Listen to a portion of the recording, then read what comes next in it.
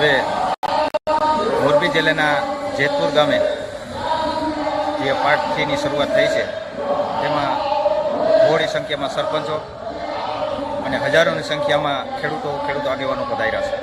તો તેમાં અમારે સરકારશ્રીને કહેવું છે કે ખરેખર હવે જો ખેડૂતના હિત હોય સરકારમાં તો ખરેખર આવા આંદોલન એને ન કરવા પ્રેરિત કરવા જોઈએ.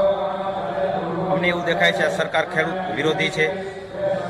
સરકારની નીતિઓ અમને 100% દેખાય છે કે આની હરામ નીતિઓ છે. કારણ કે આ ભાજપ ગુજરાતના ખેડૂતોએ ઊભી કરી છે અને આજે ખેડૂતો ન્યાય માગે છે. કારણ કે આ સરકારની માનીતી કંપનીઓને છૂટ દઈ દીધી છે કે તમે જાઓ ગમે ત્યાં થાંભલા ખોડો, તમને કોઈ રોકી શકશે નહીં. તો અમારી આ જીવાય છે ખેતીની જમીન, અમે ખેતીની જમીન બચાવીએ છીએ, અમે હક માગીએ છીએ. વ્યવહારે અમારી જે માંગણીનું વળતર છે એ અપાવી દો, કારણ કે એ વળતર કંપનીઓને આપવાનું છે. એટલે આ જોતા અમને એવું લાગે છે કે સરકાર આમાં ભાગીદાર હોય અને કાં ભાગ બટાઈમાં હોય તો જ આટલું બધું એને સપોર્ટ આપે. નકર તો હકીકતમાં સરકાર અમે ભગવાન સમાજ ગણી છીએ, ભગવાનને બધાય દીકરા સરખા આવવા જોઈએ. તો આને તો ખરેખર પોતાની માનીતી કંપનીઓને જ પ્રોત્સાહન આપ્યું છે. એટલે અમારી ખેડૂતોની એવી નમ્ર વિનંતી છે, નમ્ર અરજ છે કે અમારે આંદોલન કરવું નથી, કરવાનું પણ નહોતું, પણ અમારી જમીનમાં ઘૂસીને આ બેફામ અન્યાય કરી રહ્યા છે, અત્યાચાર કરી રહ્યા છે, અમારી બહેનો દીકરીઓને એમ કે માર મારી રહ્યા છે.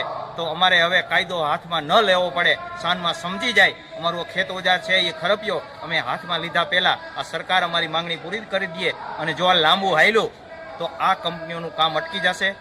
જ્યાં જ્યાં થાંભલા ખોડાણા છે એ પણ એને પાછા ઉપાડવા જશે. કારણ કે અતિને ગતિ ન હોય, કહેવત છે, અતિને ગતિ ન હોય.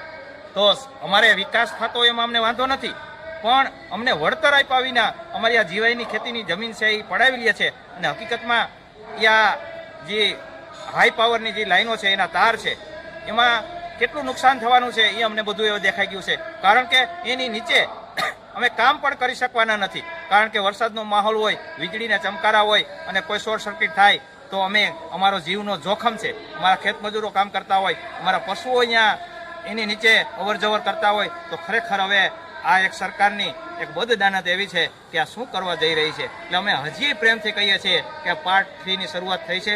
ખેડૂતો ગાંધી ચિંધ્યા રાહે ચાલી રહ્યા છે, ચાલવાના છે. પણ જો ખેડૂતો હવે ખરેખર એનું મગજ જો ગુમાવશે તો ન થવાની થાય પહેલાં આપણી વિદેશોમાં આબરૂ જતા પહેલાં હજી સાંજમાં સમજી જાઓ અને આબરૂ બચાવી લ્યો. અને ખેતી પ્રધાન દેશમાં ખરેખર ખેડૂતોને પ્રોત્સાહન આપવું જોઈએ. અમે એમ નથી કહેતા કે અમે કંઈ એમ આપો, પણ આ તમારી માનીતી કંપનીઓને શા માટે આટલું બધું પ્રોત્સાહન આપો છો?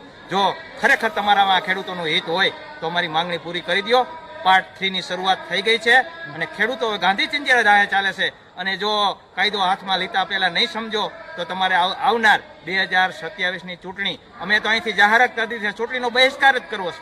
કારણ કે આપણા મોદી સાહેબ મુખ્યમંત્રી હતા ત્યારે મોંઘવારીનો વિરોધ કરતા, પેટ્રોલના ભાવનો વિરોધ કરતા, આપણી આ કરન્સીનો એમ કહેતા હતા કે બેફામ કરન્સી નીચી જઈ રહી છે. તો 60માંથી તમે 100 રૂપિયા આ રૂપિયો પોગાડ્યો છે ડોલર સામે, પેટ્રોલ 100 પોગાડ્યું છે. આ ખેત ઓજારોના ભાવ બબડા તબડા થયા છે. માત્ર ને માત્ર ખેત પેદાશો સિવાય ટોટલી ચીજ વસ્તુ ટાટરીથી માંડી સ્ટીમર સુધી ટોટલી ચીજ વસ્તુના ભાવ 2 ગણા 3 ગણા 4 ગણા થયા છે. તો અમે એવું કહીએ છીએ કે ખેડૂતોએ કોઈનો બાપ નથી માર્યો.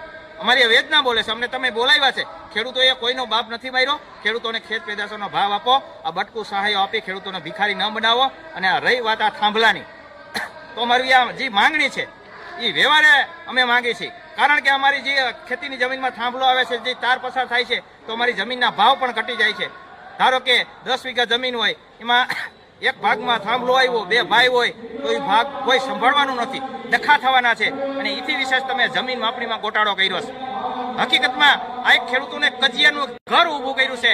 આ જમીન માપણીનો મુદ્દો લઈ પણ તમારી નીંદર અમે હરામ કરવાની છે. આ થાંભલાની વાત સુધારી દો, અમારી માંગણી પૂરી કરી દો. પછી અમારે ઘણા બધા પ્રશ્નો છે, તમારી સામે અમારે લડત લડવી અને લડવી જ પડશે.